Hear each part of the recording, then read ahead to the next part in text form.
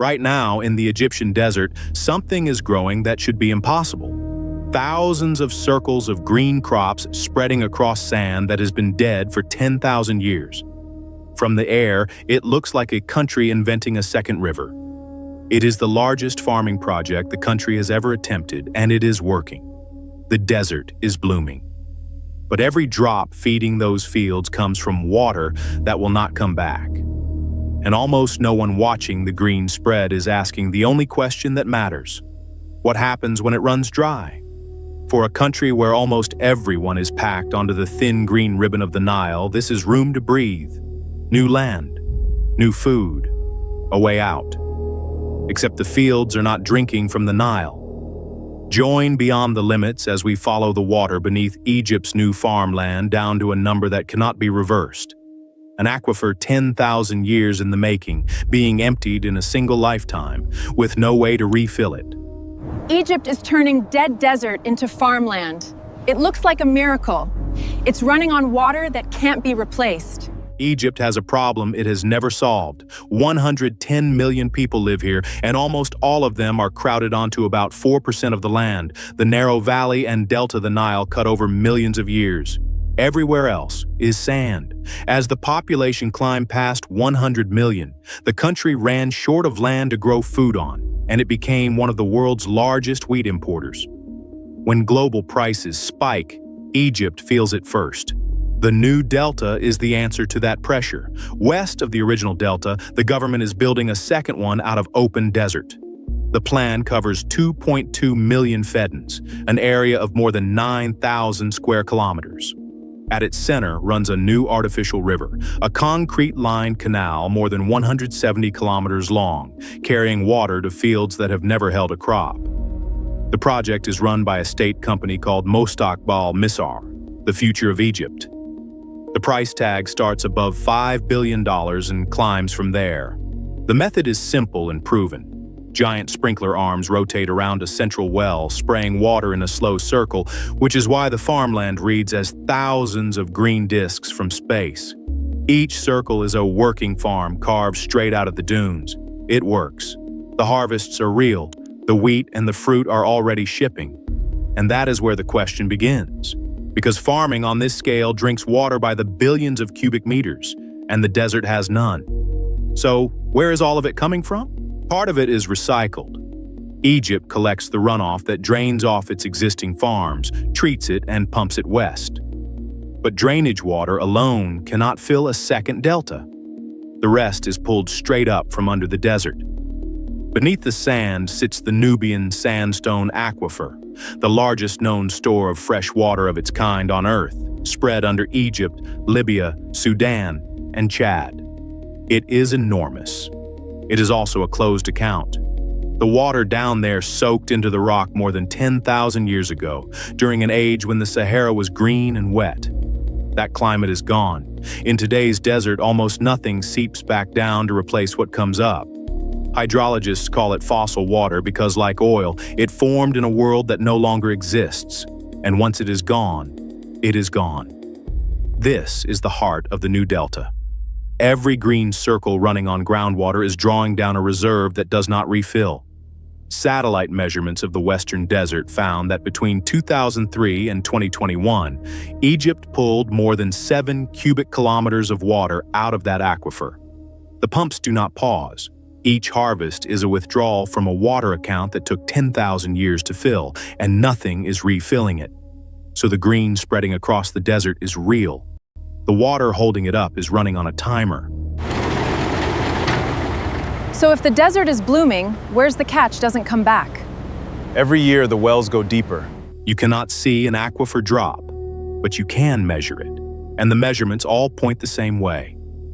As the pumping continues, the water table under the field sinks. The wells that reached it 5 years ago come up dry, so new wells are drilled deeper to chase the level down. Deeper water costs more to lift, so the energy bill for every crop climbs year after year. And the deeper you go, the saltier the water tends to get, until at some point it starts to damage the soil it was meant to feed. A 2023 review in the Hydrogeology Journal laid out the trajectory plainly. Across Egypt's desert reclamation zones, groundwater is being extracted far faster than the trace of rain that reaches it, which means the resource is being mined, not used. Mining has an end. Every farm in the new delta is running toward a point where the water is either too deep or too salty to be worth pumping. No one has published the year that arrives, but the countdown is already running. First, the wells go deeper, then the water costs more to lift, then the salt rises, and eventually the desert takes back what the sprinklers made green. That is the part the launch footage never mentions. The fields are not permanent. They have an expiration date built into the ground beneath them. The part that can't run on groundwater comes straight off the Nile, a river Egypt no longer fully controls. For the part of the project that cannot run on groundwater, Egypt turns back to the one source it was trying to relieve: the Nile.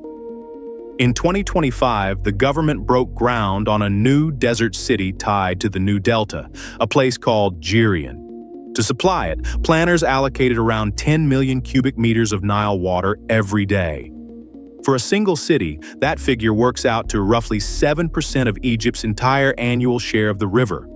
That share is already stretched to its limit. Egypt now has about 500 cubic meters of water per person per year, half the international line that defines water poverty, and the figure keeps falling as the population grows. The country is already using more water than the Nile and its groundwater can sustainably give. At the same time, Egypt's hold on the Nile is less certain than it has ever been. Upstream, Ethiopia completed the Grand Ethiopian Renaissance Dam and inaugurated it in 2025, giving a country at the river's source new control over a flow Egypt has always treated as guaranteed. Cairo did not agree to it. Into that uncertainty, Egypt is committing more river water to green more desert. So the new delta leans on two supports at once: a fossil aquifer that is draining, a river that is shrinking per person, and no longer fully under Egypt's control. And the worst part? Egypt already tried this. Once before. You can still see it abandoned out in the sand. Egypt has already run this experiment, and it failed. In 1997, the government launched the Toshka project, also called the New Valley, in the southern desert.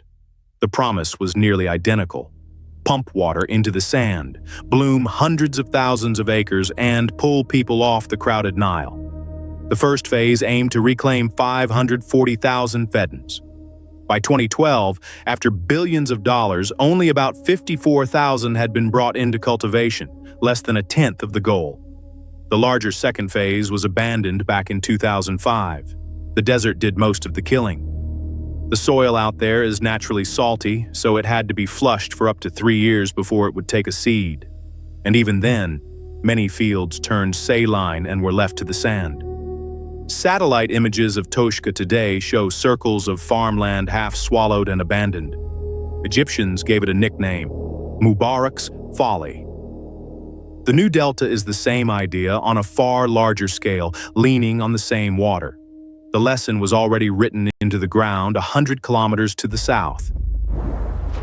Before you call this a miracle, ask the one question that matters. How long can the water last? None of this means Egypt is wrong to try. A nation of 110 million people running out of land and water at the same time has to do something, and doing nothing carries a cost too. The drive to feed the country is real, and so is the engineering behind it. But right now, today, the green keeps spreading. In 2025, the bulldozers moved in on GERD, the canal keeps pushing west, and the pumps keep pulling ancient fossil water toward the surface to keep the circles alive. The project is being expanded faster than anyone is measuring how long its water will last. Those green discs in the opening shot are a countdown. Every harvest runs it down by one, and the pattern is not Egypt's alone. Saudi Arabia pumped its own fossil aquifer to grow wheat in the desert, used up most of it, and shut the program down in 2016. In the American High Plains, the Ogallala aquifer that feeds a fifth of the country's wheat and corn is being drained toward depletion within this century. Libya pipes water across the desert from the very same Nubian aquifer Egypt is now tapping, on a supply that may not outlast the century either. Every one of these projects turned ancient water into food, and every one of them set a clock running the day the pump switched on. The next time a country announces it has made the desert bloom, do not look at the crops. Look at where the water comes from and ask how long it can possibly last. If this changed how you see a green field in a dry country, two more on screen now follow the same thread. The Aswan Dam that saved Egypt and is quietly costing it the Delta. And the Three Gorges Dam, the largest on Earth, reshaping a coast it was never built to touch. Subscribe and stay with us. We follow the consequence all the way down.